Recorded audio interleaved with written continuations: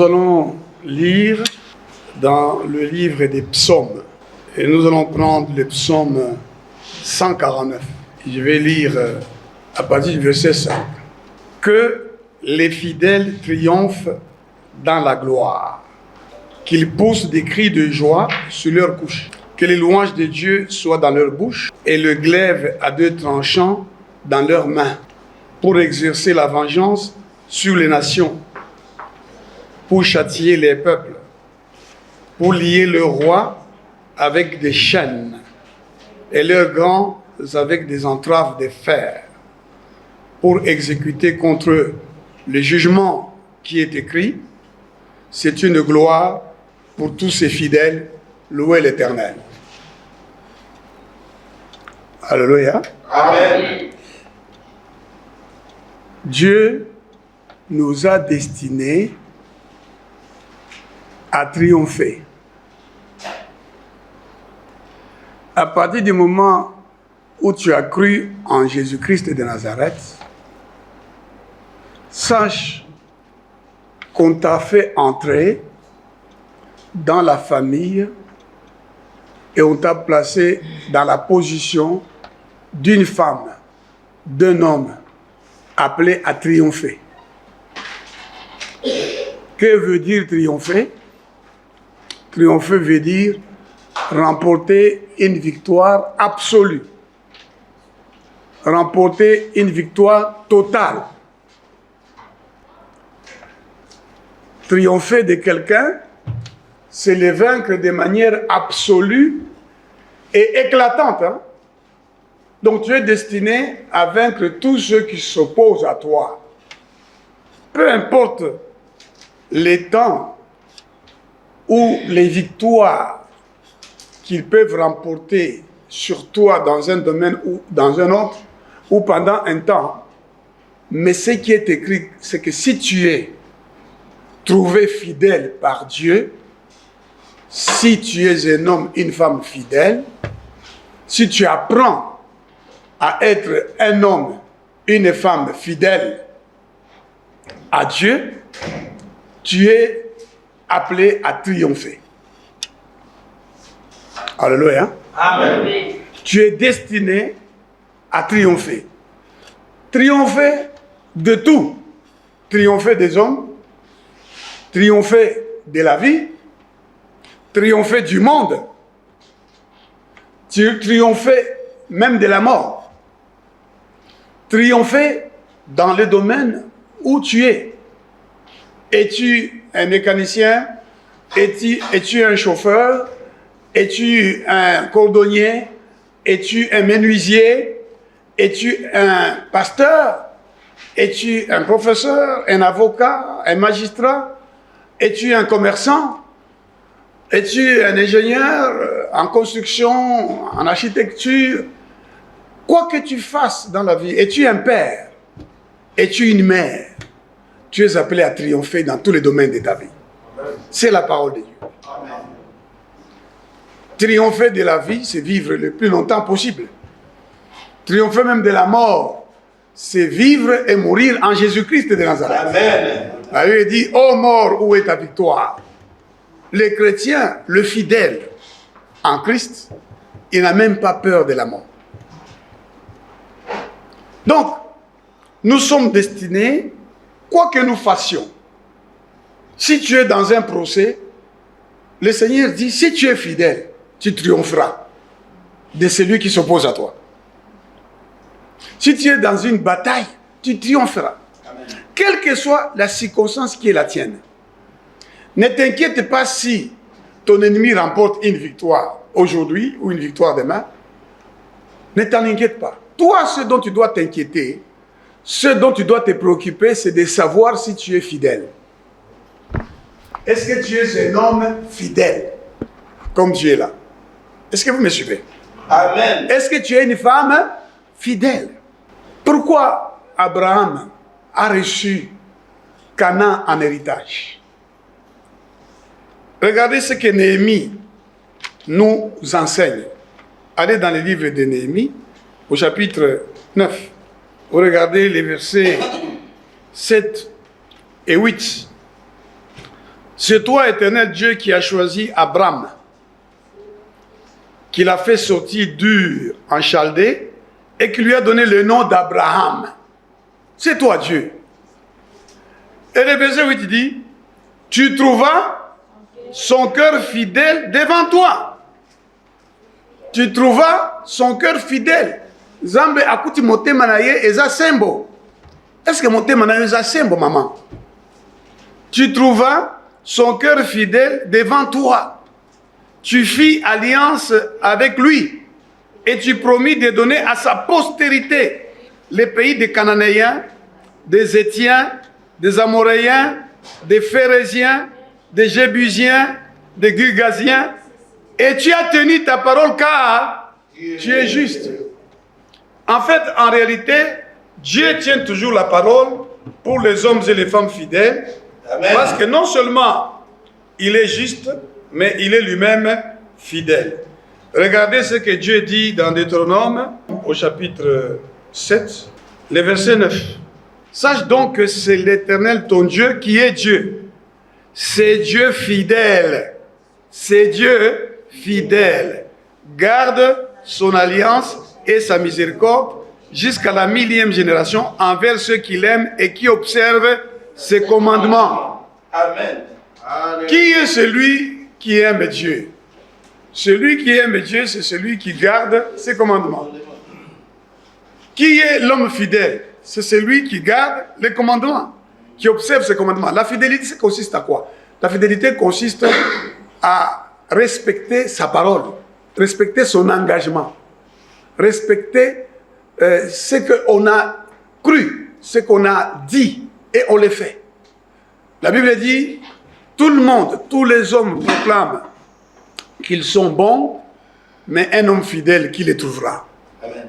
Dieu dit dans le livre de Nombres, au chapitre 12, le verset 6, « Écoutez bien mes paroles. Lorsqu'il y aura parmi vous un prophète, c'est dans une vision que moi, l'Éternel, je me révélerai à lui. C'est dans un songe que je lui parlerai. Il n'en est pas ainsi de mon serviteur Moïse. Il est fidèle dans toute ma maison. Je lui parle bouche à bouche. Je me révèle à lui sans énigme. Et il voit une représentation de l'Éternel. Pourquoi donc n'avez-vous pas craint de parler contre mon serviteur, contre Moïse? Vous voyez, la Bible dit, les fidèles triomphent dans la gloire. Ils poussent des cris de joie dans leur couche. Et Dieu est en train de s'en prendre ici dans ce chapitre à la propre sœur de Moïse et aux propres frères de Moïse qui se sont mis à les critiquer. Quand vous lisez au départ, Marie et Aaron parlèrent contre Moïse. Laissez les gens parler contre nous. Laissons les gens nous accuser. D'ailleurs, le Seigneur a dit, si on dit du mal contre vous, on dit des fausses choses contre vous à cause de mon nom, réjouissez-vous. Parce que les gens qui font ça, ils se mettent dans la situation où Dieu devient leur ennemi. Amen. Dieu les combat. La Bible nous dit que Moïse et Aaron parlèrent contre Moïse au sujet de la femme éthiopienne qu'il avait prise, car elle avait pris une femme éthiopienne.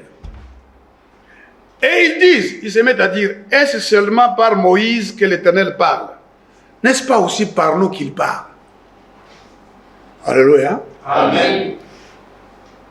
Je voudrais que vous sachiez que si vous devenez un homme, une femme fidèle dans votre service, fidèle dans votre travail, fidèle dans votre habillement, vous vous habillez, s'habiller fidèlement, c'est s'habiller comme la Bible le dit. Vous devenez fidèle même dans votre parure. La Bible dit que la femme qui fait profession de servir Dieu ne sépare ni des tresses, ni d'or, ni des perles, mais qu'elle sépare des bonnes œuvres, comme il convient à des femmes qui font profession de servir Dieu. Ainsi se paraît autrefois les saintes femmes qui espéraient en Dieu et obéissaient à leur mari, comme Sarah, dont vous êtes devenues les filles, qui appelait son mari Seigneur. Êtes-vous une femme fidèle, comme on vient de le dire, par la parole de Dieu? Oui, vous êtes peut-être fidèle, mais pas fidèle à la parole de Dieu. Vous êtes fidèle à des personnages. Les femmes d'aujourd'hui sont des imitatrices de certaines, comment on les appelle?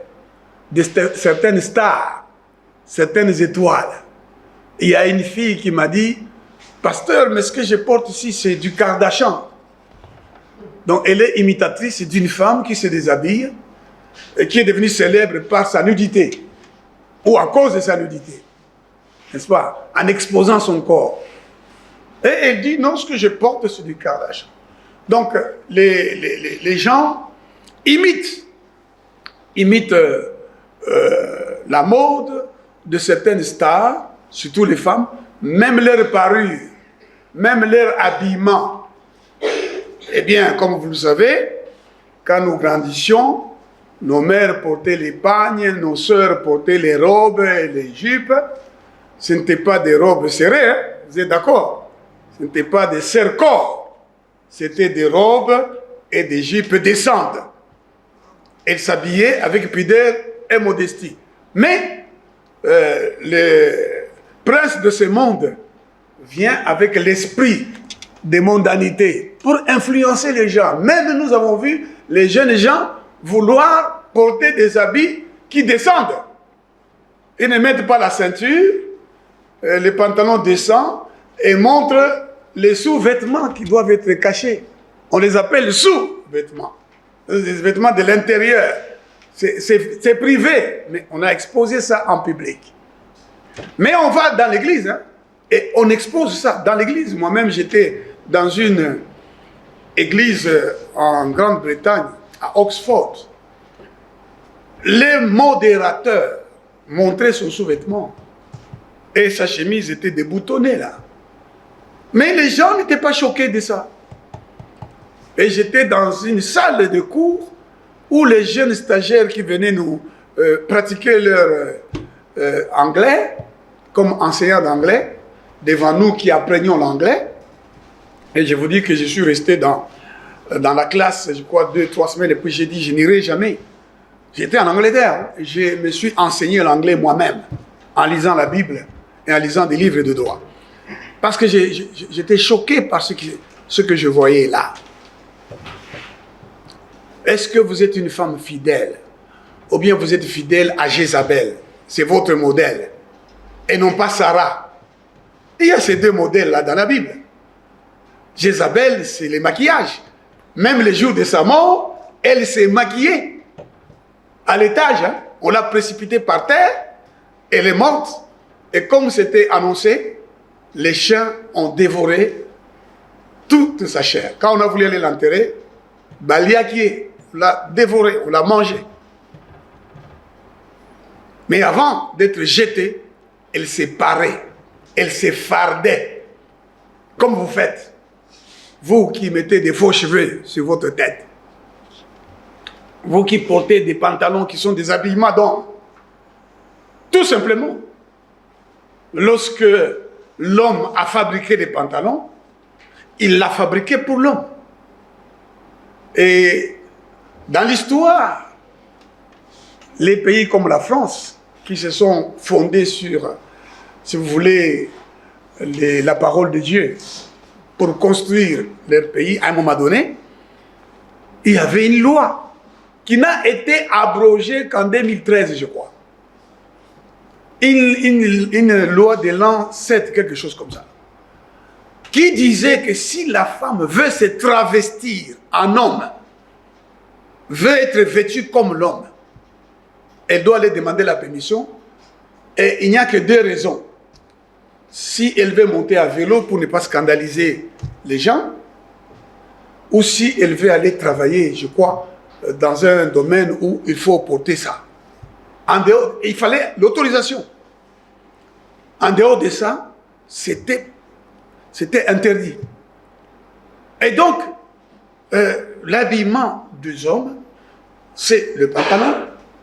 Et quand une femme se met à porter ça, elle ne connaît pas l'histoire du pantalon. Qui a commencé à fabriquer les pantalons ou ce qu'on appelle, c'est pas moi comment on appelle ça encore, hein? La tenue de la femme faite du pantalon, du costume. La femme a commencé à fumer comme un homme, à porter la cravate, à vouloir couper les cheveux comme un homme. Ce qu'on a appelé l'existentialisme, ce qu'on a appelé l'égalité de l'homme à la femme, l'émancipation, etc. Les gens ne comprennent pas tout ça. Et la plupart des gens qui ont fait cela sont des hommes qui pratiquent l'homosexualité dont Dieu a dit que c'est une abomination. Amen. Et aujourd'hui, il y a des lois qui favorisent ça. Le Seigneur veut s'intéresser et faire triompher les hommes fidèles. Amen. Et le Seigneur nous dit, parce que Moïse a été fidèle dans toute la maison de Dieu, et Dieu a décidé de lui parler en lui montrant l'image de Dieu, le visage de Dieu. Je lui parle comme on parle à un homme. Et toi, ma soeur, est-ce que Dieu te parle? Est-ce que Dieu te parle, mon frère? Le fidèle a droit à ce que Dieu lui parle. C'est ce qu'Ananias est venu dire d'ailleurs à Paul. L'Éternel qui t'est apparu, il t'a destiné à voir les justes. Nous sommes destinés à voir celui qui est juste, qui est debout ou qui est assis à la droite du Père et à connaître ses desseins. Mes frères, nous sommes appelés à triompher. Revenez dans le texte de départ, le psaume 149. En quoi consiste le triomphe des fidèles? Disons ça. Très bien. Et faisons très attention.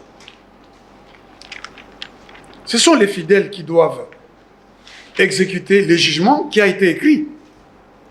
Il y a un jugement. Retournez dans le psaume 149. Il y a un jugement qui a été écrit contre les hommes qui gouvernent. Amen. Comme les voleurs contre les voleurs, les détourneurs. Le Seigneur dit que les fidèles triomphent. Si tu es une fidèle ou un fidèle, tu dois triompher. Triompher en tout et partout. Tu seras la tête et non la queue, le premier et non le dernier. Tu vas être animé d'un esprit supérieur. La Bible dit, on trouva dans Daniel un esprit supérieur, de l'intelligence, de la sagesse, la capacité d'expliquer le songe, de résoudre les questions difficiles. C'est ça le fidèle. Dieu a jugé bon de te donner à toi le royaume, mon frère. Aujourd'hui, vérifie si tu es un homme fidèle ou une femme fidèle. L'homme fidèle, la femme fidèle, vit conformément aux Écritures. S'habille fidèlement à la parole de Dieu. Parce que dans le jardin d'Éden, ils étaient nus. Ils étaient nus. Et ils ne trouvaient pas d'inconvénient à ça. Il n'y avait pas de problème. Ils étaient nus.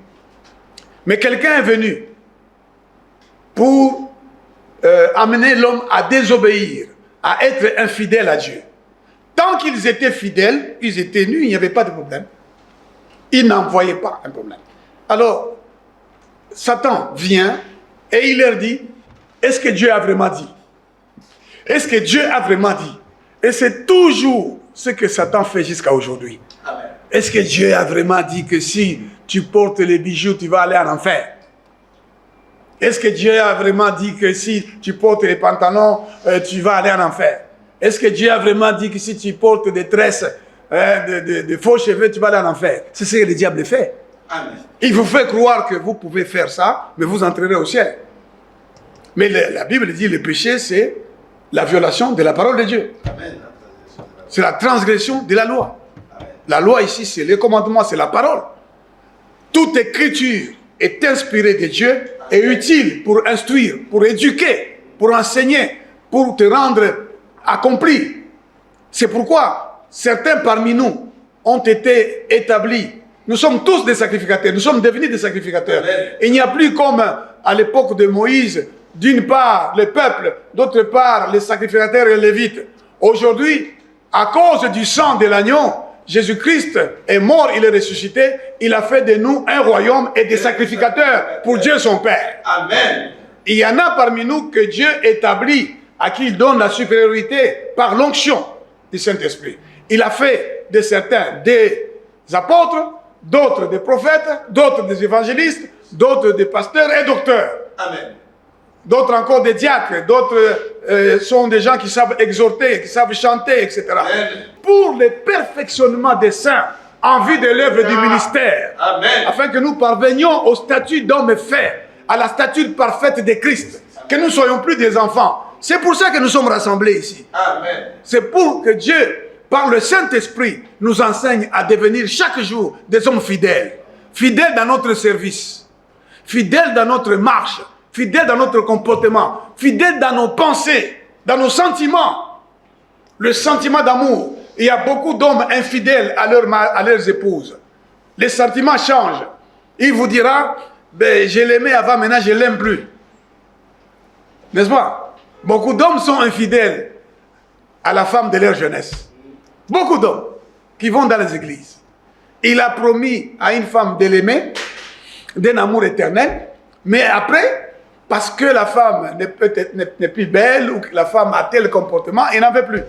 Et il commence à tromper. Beaucoup d'hommes trompent leurs femmes. Et beaucoup de femmes trompent leur mari.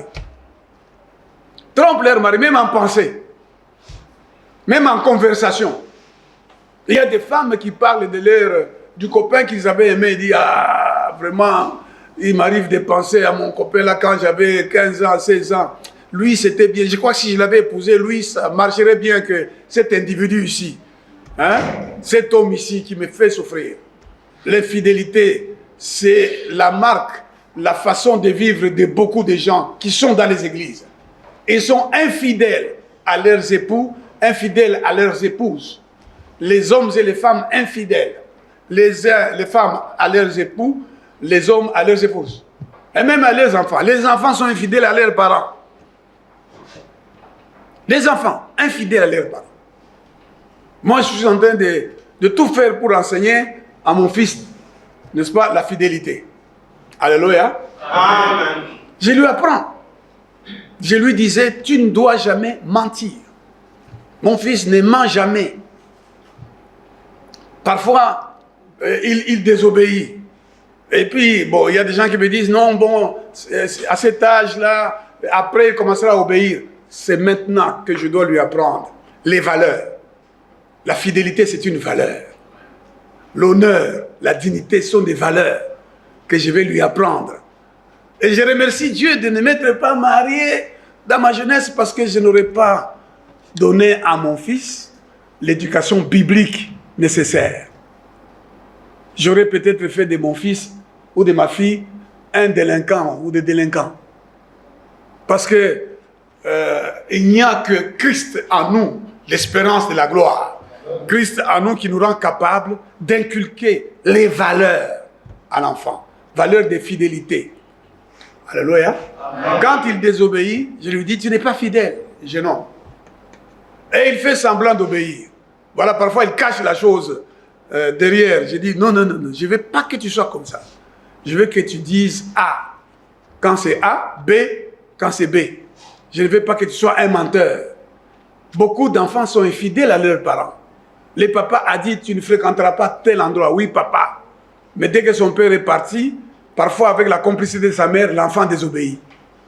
Beaucoup d'enfants désobéissent. C'est l'infidélité à leurs parents. Ils désobéissent sur le chemin de l'école. Ils désobéissent quand les parents s'absentent de la maison. On leur a dit de ne pas regarder telle chose à la télévision. Dès que les parents ne sont pas là, ils regardent. Parfois, la maman encourage les enfants à désobéir à leur papa.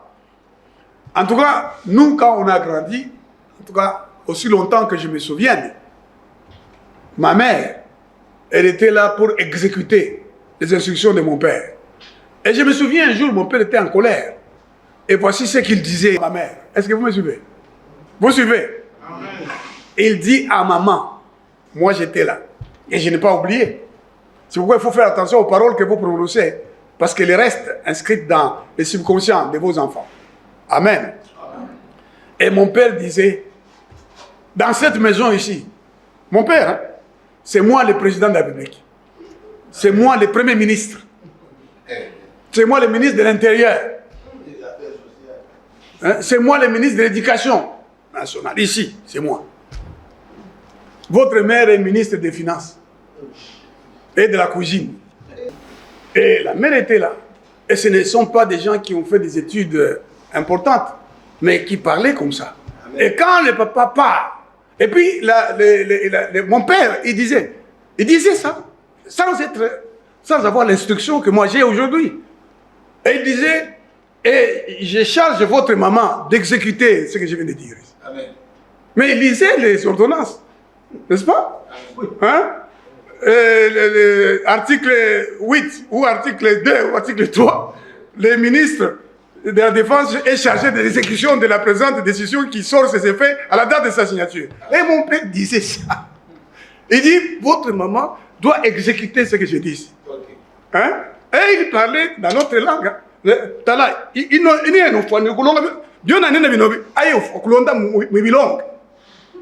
il dit à maman, donc tu vas surveiller tes enfants qu'ils exécutent ce que j'ai décidé. Et notre mère surveillait. Et il te voit en train de faire des bêtises. Ton père t'a dit quoi? Hein? Qu'est-ce que ton père a dit? Mais il y a d'autres mamans, dès que le papa s'en va, dit, les enfants allaient jouer, laissez votre papa, c'est un fou. Oui. Elle dit même à ses enfants, elle dit, ah, vous savez que votre papa, hein? Votre père là, c'est un fou. Il est comme ça là, c'est un fou. Allez jouer. Et dès qu'il sent que le papa arrive, venez vite. Il apprend à ses enfants à être infidèles. Et quand ces enfants grandissent, ils seront infidèles à la nation. Il est ministre, mais il est infidèle. Être ministre, c'est exercer un service public. Amen. Au service de la nation. Même les téléphones qu'on te donne dans le cadre de ce service, ils ne t'appartiennent pas. Les véhicules qu'on te donne dans le cadre de ce service, ce n'est pas pour que ta femme monte dedans et aille au marché. C'est un véhicule public du service public. Et lorsque tu gères ça comme si c'était devant Dieu que tu le faisais, tu es un homme fidèle à la nation. Amen. Amen. Beaucoup d'hommes proclament leur bonté, mais un homme fidèle qui les trouvera. C'est pourquoi la Bible dit, ce sont les fidèles qui vont triompher. Amen. Les gens qui se... Qu'est-ce que Dieu a dit à Josué en fait? Il explique à Josué pourquoi Moïse avait du succès. Il s'est montré à Moïse, non? Pourquoi? Parce que Moïse était fidèle dans toute la maison. Maintenant, Josué tremble. Parce que Moïse est mort. Et lui, il doit le remplacer. Et Dieu lui dit, non, ne tremble pas. Que ce livre de la loi ne s'éloigne point de ta bouche. Lis-les, médite-les, nuit et jour. Agis fidèlement selon tout ce qui est écrit. C'est alors que tu réussiras. Amen. En d'autres termes, deviens un homme fidèle comme Moïse. Et je te donnerai du succès. Regardez dans Hébreu, au chapitre 3. Nous allons revenir dans le psaume 149. Hébreu, le chapitre 3. Je vais lire à partir du verset 4. Chaque maison est construite par quelqu'un. Mais celui qui a construit toutes choses, c'est Dieu. Est-ce que vous comprenez ça? Amen. Pour Moïse, il a été fidèle dans toute la maison de Dieu comme serviteur pour rendre témoignage de ce qui devait être annoncé. Amen. Mais Christ l'est comme fils sur sa maison. Et sa maison, c'est nous, pourvu que nous retenions fermement jusqu'à la fin la confiance et l'espérance dont nous nous glorifions. Amen. Alléluia. Amen. Alléluia. Amen. Si tu gardes jusqu'à la fin l'espérance dont tu te glorifies, et notre espérance c'est quoi? C'est la parole de Dieu. Notre espérance c'est que Dieu est fidèle à sa parole. Il veille sur sa parole pour l'exécuter. Notre Dieu est un Dieu fidèle qui veille sur son alliance. Il accomplira comme il a dit. Si toi tu vis ta vie comme c'est écrit. Alléluia. Amen. Je veux encore que vous regardiez dans Apocalypse. Ouvrez votre Bible dans le livre de l'Apocalypse. Chapitre 2, le verset 10, c'est l'église de Smyrne. Dieu s'adresse à l'église de Smyrne. Il dit, voici ce que dit le premier et le dernier.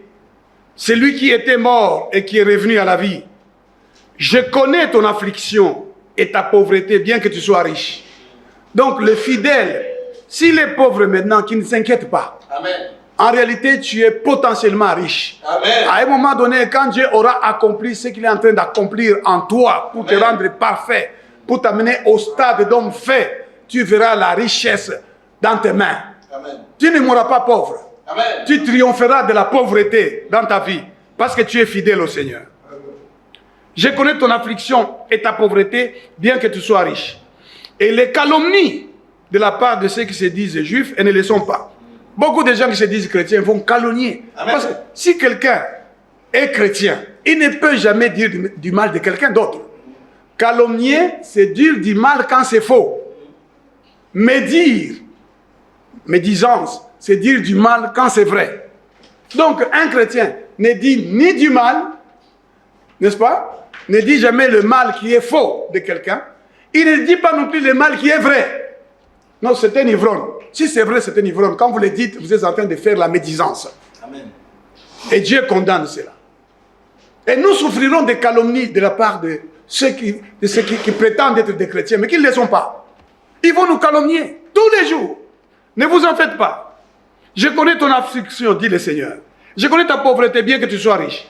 Et les calomnies de la part de ceux qui se disent juifs, elles ne le sont pas, mais qui sont une synagogue de Satan. Amen. On dit bien une synagogue, c'est-à-dire une église. Donc une église peut être une église de Satan. Et les prêtres qui dirigent cette église, les pasteurs, des serviteurs de Satan. Hein? Je connais ton affliction et ta pauvreté, bien que tu sois riche, et les calomnies de la part de ceux qui se disent juifs, elles ne le sont pas, mais qui sont une synagogue de Satan. Ne crains pas ce que tu vas souffrir. Le chrétien doit se réjouir des souffrances qu'il endure dans sa vie. Le fidèle, il accepte les souffrances, il accepte les difficultés. Il ne cherche pas les solutions parce qu'il sait qu'il ne peut rien recevoir que du ciel. Amen. N'est-ce pas? Ne crains pas ce que tu vas souffrir. Voici le diable jettera quelques-uns d'entre vous en prison afin que vous soyez éprouvés et vous aurez une tribulation de 10 jours. Sois fidèle jusqu'à la mort et je te donnerai la couronne de vie. Que celui qui a des oreilles entende ce que l'Esprit dit aux églises. Celui qui vaincra n'aura pas à souffrir la seconde mort. Amen. Regardez toujours dans Apocalypse, chapitre 3, le verset 14. Écrit à l'ange de l'église de Laodicée. Voici ce que dit l'Amen, le témoin fidèle et véritable, le commencement de la création de Dieu. Jésus-Christ est le témoin fidèle et véritable. Et il veut que toi, ma sœur, tu sois un homme, une femme, qui est appelé au ciel témoin est véritable. La Bible dit que l'Église, c'est l'appui et la colonne de la vérité. Amen. Il faut que toi, ma soeur, quel que soit ton âge, toi, mon frère, quel que soit ton âge, tu sois l'appui et la colonne de la vérité sur cette terre. Amen. Dans ta famille, tu sois l'appui et la colonne de la vérité. Amen. Dans ta famille, tu sois le témoin fidèle de Dieu. Amen. Le témoin véritable. Et le Seigneur te donnera de triompher de la mort, de triompher de la pauvreté, de triompher de tes ennemis, de triompher de la tristesse. Tu te réjouiras en tout temps, dit le Seigneur. Amen. Sois fidèle. Regardez encore, toujours dans Apocalypse. D'abord le chapitre 2, le verset 19. Et puis nous allons regarder le chapitre 19, le verset 11. D'abord le chapitre 2, le verset 19. Je connais tes œuvres, ton amour, ta foi, ton fidèle service, ta constance et tes dernières œuvres plus nombreuses que les premières. Celui qui veut triompher dans la gloire doit vérifier si, au ciel, on considère qu'il a un fidèle service. Parce que, mes chers frères, tu ne peux pas dire que tu es chrétien et tu viens à l'église le dimanche, à des heures que tu choisis de venir. L'église, c'est tous les jours. Ils étaient tous les jours. Est-ce que vous me suivez? Amen. Ils étaient tous les jours assidus au temple pour apprendre la fidélité, pour écouter ce que l'Esprit dit aux églises, afin de vivre leur vie fidèlement. Et chacun avait un service. Chacun avait un service. Comme je suis là, il m'a été donné la grâce d'être prédicateur de l'Évangile.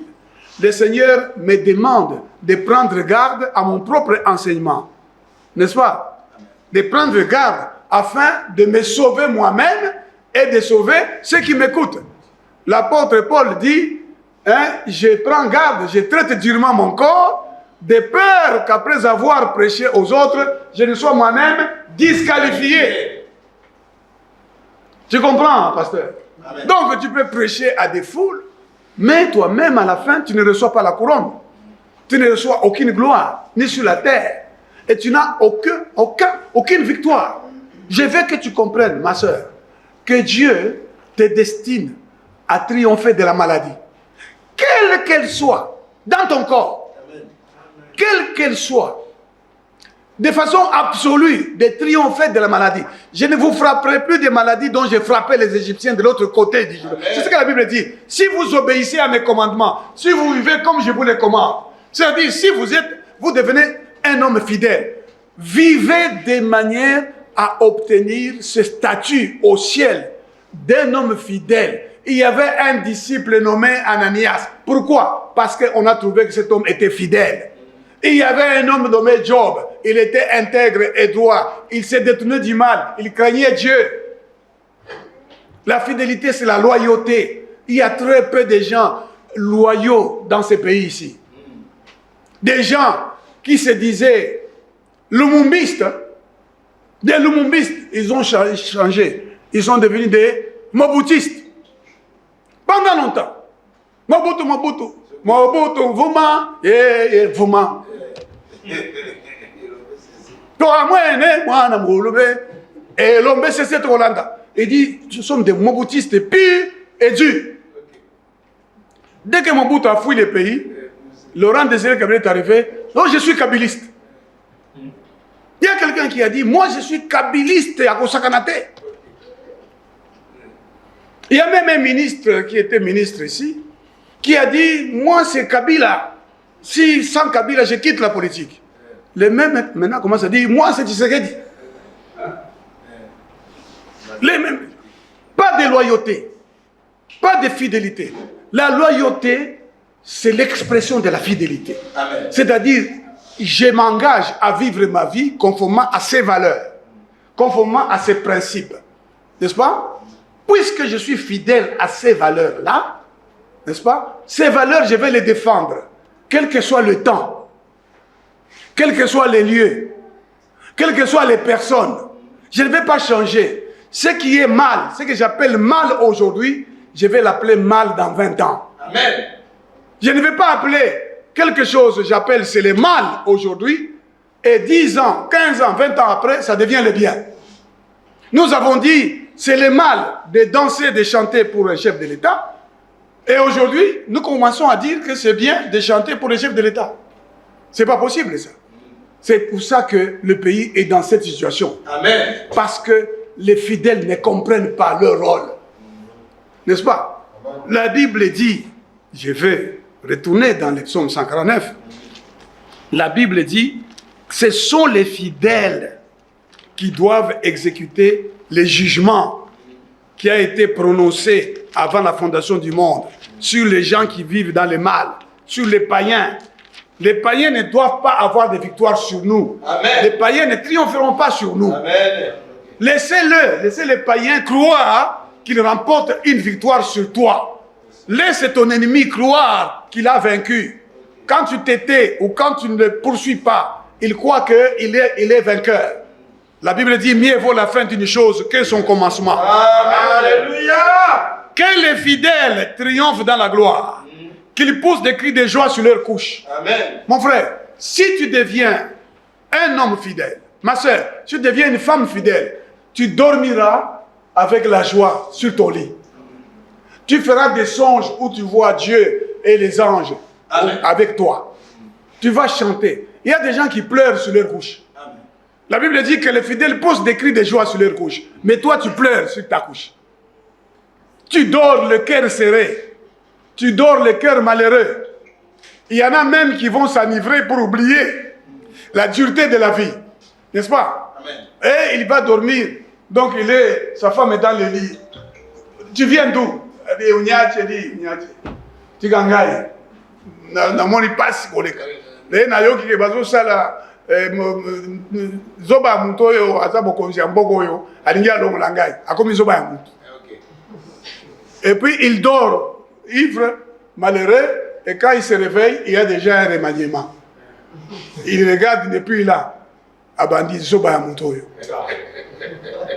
Montozako Binela. Montozako Kumisaka.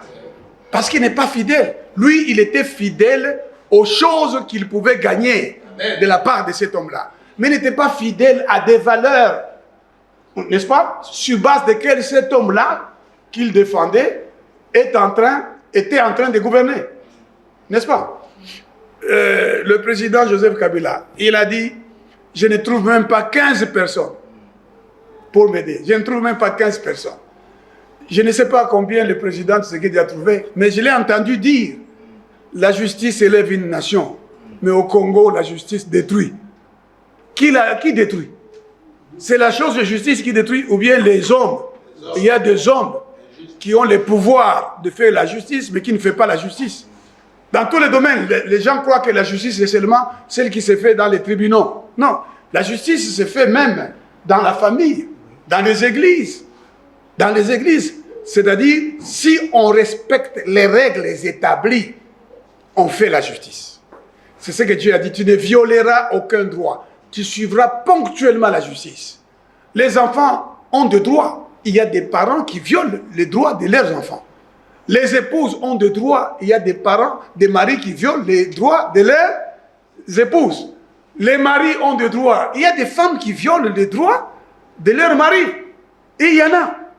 La justice, c'est le respect de ce qui est ordonné ou qui est convenu.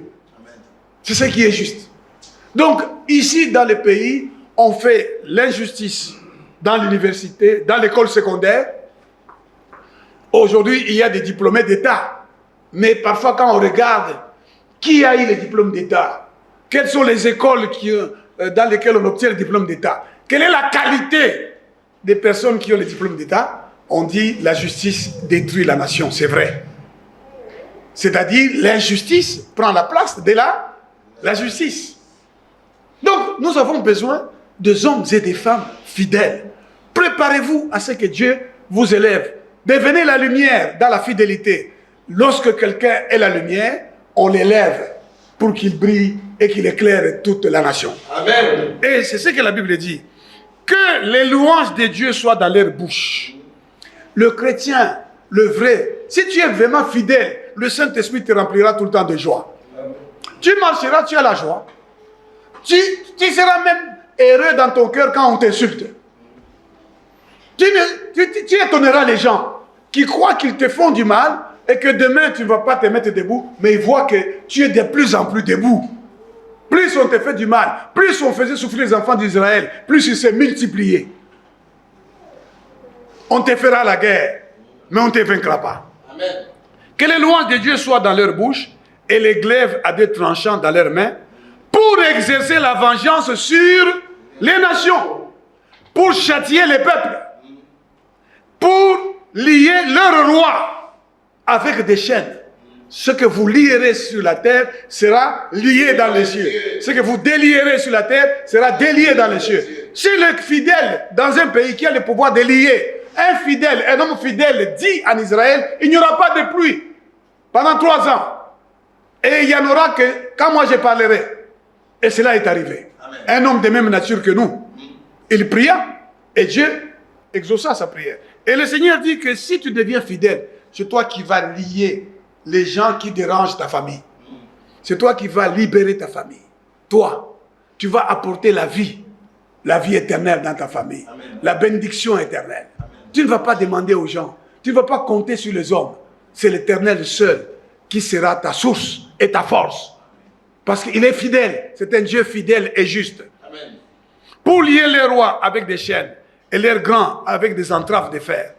Pour exécuter contre eux le jugement qui est écrit. C'est une gloire pour tous les fidèles. Il y a un jugement qui est écrit sur tes ennemis.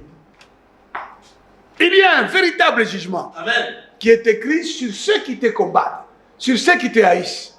Et c'est toi par ta vie droite, ta vie honnête et intègre, qui les fera tomber. Et tu triompheras. Comme il est écrit, regardez dans le livre d'Apocalypse. Comme il est écrit, Apocalypse 19, verset 11. Voilà notre destin. Alléluia. Amen.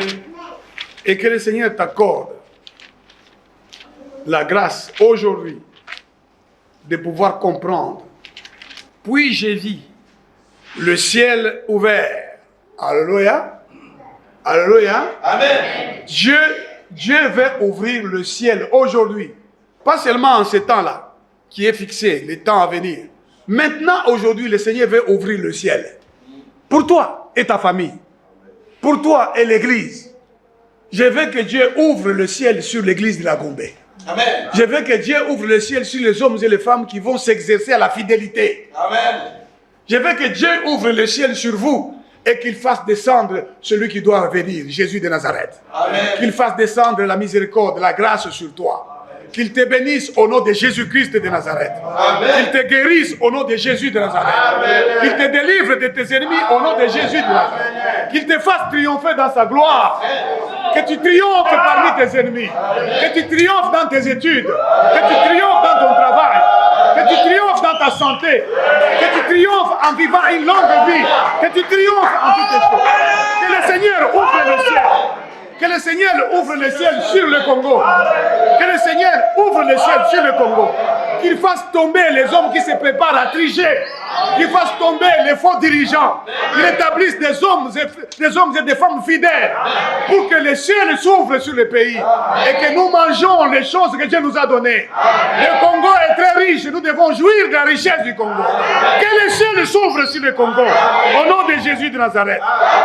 La Bible dit... Puis j'ai vu le ciel ouvert, et voici paru un cheval blanc. Celui qui l'est monté s'appelle fidèle et véritable. Et il juge et combat avec justice. Ses yeux étaient comme une flamme de feu. Sur sa tête étaient plusieurs diadèmes. Il avait un nom écrit que personne ne connaît, si ce n'est lui-même. Il était revêtu d'un vêtement teint de sang. Son nom est la parole de Dieu. Les armées qui sont dans le ciel les suivaient sur les chevaux blancs, revêtus d'un fin lin blanc pur.